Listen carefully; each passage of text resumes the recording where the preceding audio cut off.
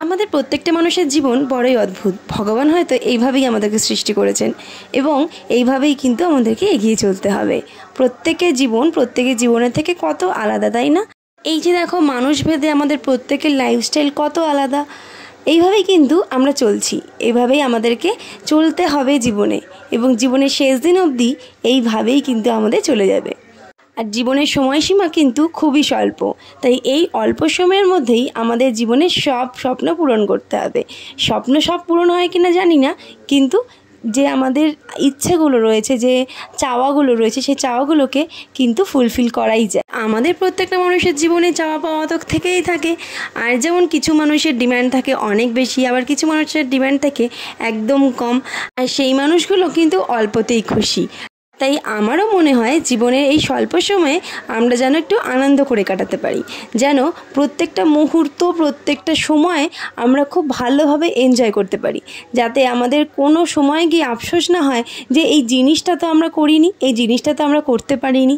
হ্যাঁ, জীবনের আফসোস তো থেকেই যাবে। আমাদের ওই যে এগিয়ে যেতে যেতে যখন যে জিনিসগুলো আমরা পাই না বা আমাদের ডিম্যান্ড অনুযায়ী ফুলফিল করতে পারি না, সেই জিনিসগুলোই কিন্তু আমাদের অপূর্ণ থেকে যায়। তবুও আমরা চেষ্টা করি যখন যা ইচ্ছে হয় তখন সেটা ফুলফিল করার। এই যেমন আজ একটা ছোট্ট স্বপ্ন ঠিক নয়, ইচ্ছে পূরণের জন্যই চলে গেলাম রাজশাহীতে। আর রাজশাহীতে খাওয়াটা ঠিক স্বপ্ন পূরণ বলা চলে না, কারণ আমরা মাঝে মাঝেই কিন্তু রাজশাহীতে খেতে চলে যাই। আর রাজশাহীর কথা নতুন করে আর কি বলবো, এটা হচ্ছে একটা ফ্যামিলি রেস্টুরেন্ট। আমরা দুজনেই যখন মন চায় তখন চলে যাই। এছাড়াও ফ্যামিলি ছোটোখাটো গেট টুগেদার হলেও আমরা কিন্তু রাজশাহীতে যাই।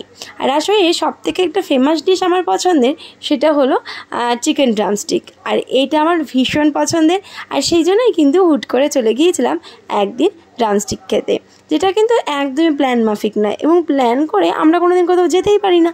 সেই জন্য আমাদের সাজ পোশাক দেখলেই হয়তো তোমরা বুঝতে পারবে। বাইরে বেরিয়ে মনে হলো চলো আজকে না একটু কিছু খেয়ে আসি, তখনই কিন্তু আমরা চলে যাই কিছু খেতে। এইরকম মজা করেই কিন্তু দিনগুলো আমরা কাটিয়ে দিচ্ছি। রোজ রোজ কিন্তু বাইরে খাওয়া ঠিক নয়, এটা যেমন আমরা বুঝতে পারি, তেমন মাঝে মাঝে আবার পরপর বাইরে খেয়ে শরীর খারাপেও কিন্তু খুব ভুগি।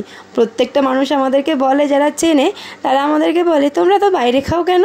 সত্যি কথা বলতে এর উত্তর কিন্তু আমাদের কাছে নেই। আমাদের যখন ভালো লাগে এবং খেতে ইচ্ছা হয় তখনই কিন্তু আমরা চলে যাই বাইরে খেতে। তো সেই জন্যই এখান ওখান যাই আর কি, সব জায়গায় এক্সপেরিমেন্ট করতে। আমার হাজব্যান্ড আমাকে অনেক সময় বলে আমরা যদি ফুড ব্লগিং করতাম তাহলে বোধহয় অনেক জায়গা আমরা এক্সপ্লোর করতে পারতাম। সত্যিই তাই, কিন্তু সেই সাহস আর হয়ে ওঠেনি। ফুড ব্লগার হওয়ার মতন সাহস মনে নেই, কারণ ফুড ব্লগার হতে গেলে অনেক বেশি স্পষ্টবাদী হতে হয়, যে খাবারটা ভালো লাগলো তো ভালো, যেটা খারাপ লাগলো তো খারাপ, সেটা কিন্তু সামনেই বলতে হবে। আর আমি কিন্তু পাবলিক প্লেসে একদমই কথা বলতে কমফর্টেবল নই। যা কথা আমি ভয়েস ওভারই দিয়ে থাকি, বাট ফুড ব্লগ করতে গেলে তো সেই স্পটে কথা বলতে হবে, তো এই জিনিসগুলো আমার খুব একটা আসে না। তো ফাইনালি দেখো চিকেন ড্রামস্টিক কিন্তু আমাদের সার্ভ করেও দিয়েছে, আর এটার জন্য অনেকক্ষণ ওয়েট করতে হয়েছিল। আর দেওয়ার পর একদম মনটা খুশ হয়ে গেল। আর এইটা না খাওয়ার পর আর অন্য কিছু খেতেই মন চায় না, এত টেস্টি করে। কিন্তু দামটা বেশ বেশি, কারণ হচ্ছে যদিও এটা অন্যান্য রেস্টুরেন্টের থেকে একটু কম, বাট ওই যে মাঝে মাঝে যেহেতু যাই সেহেতু একটু বেশি বেশি মনে হয়। তো আমি কিন্তু খাচ্ছি, তোমরা কিন্তু এবার একটু বেশি বেশি লোভ দিও না। যদি তোমাদের মন চায় তাহলে অবশ্যই রাজশাহী থেকে তোমরাও খেয়ে এসো, বেশ ভালো লাগবে। জাস্ট ইয়ার্কি করলাম, কিছু মনে করো না কিন্তু। আর ভালো লাগলে অবশ্যই কিন্তু লাইক কমেন্ট করো আমাদের ভিডিওটাকে। আর তোমরা যদি আমাদেরকে ভালোবাসো, আমাদের ভিডিওগুলো দেখতে চাও, তাহলে অবশ্যই হয়তো কোনো এক সময় আমরা ফুড ব্লগারও হতে পারি, তাই না বলো? তো আজকের ভিডিওটা কেমন লাগলো? ভালো লাগলে অবশ্যই পাশে থেকো আর সাবস্ক্রাইব করো।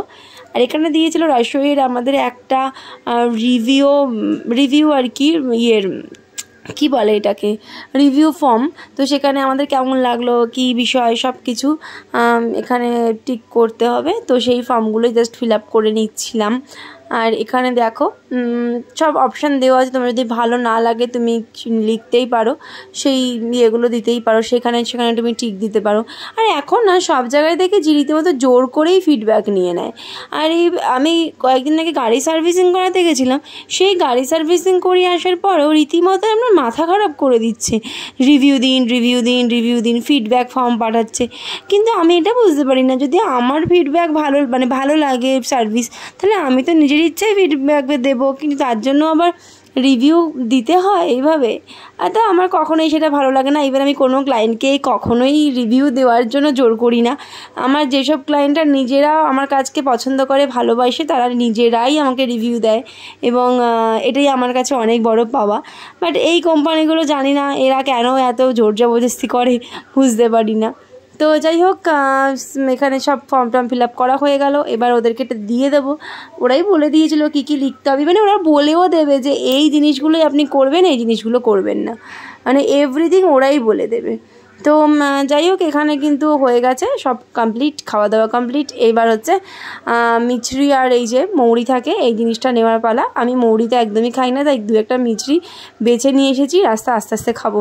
আর এইখানে দেখো দিয়েছিল আমাদেরকে একটা গিফট কুপন, যেটা আমরা যদি 1 মান্থের মধ্যে যাই তাহলে 100 রুপিস আমরা ছাড় পাবো।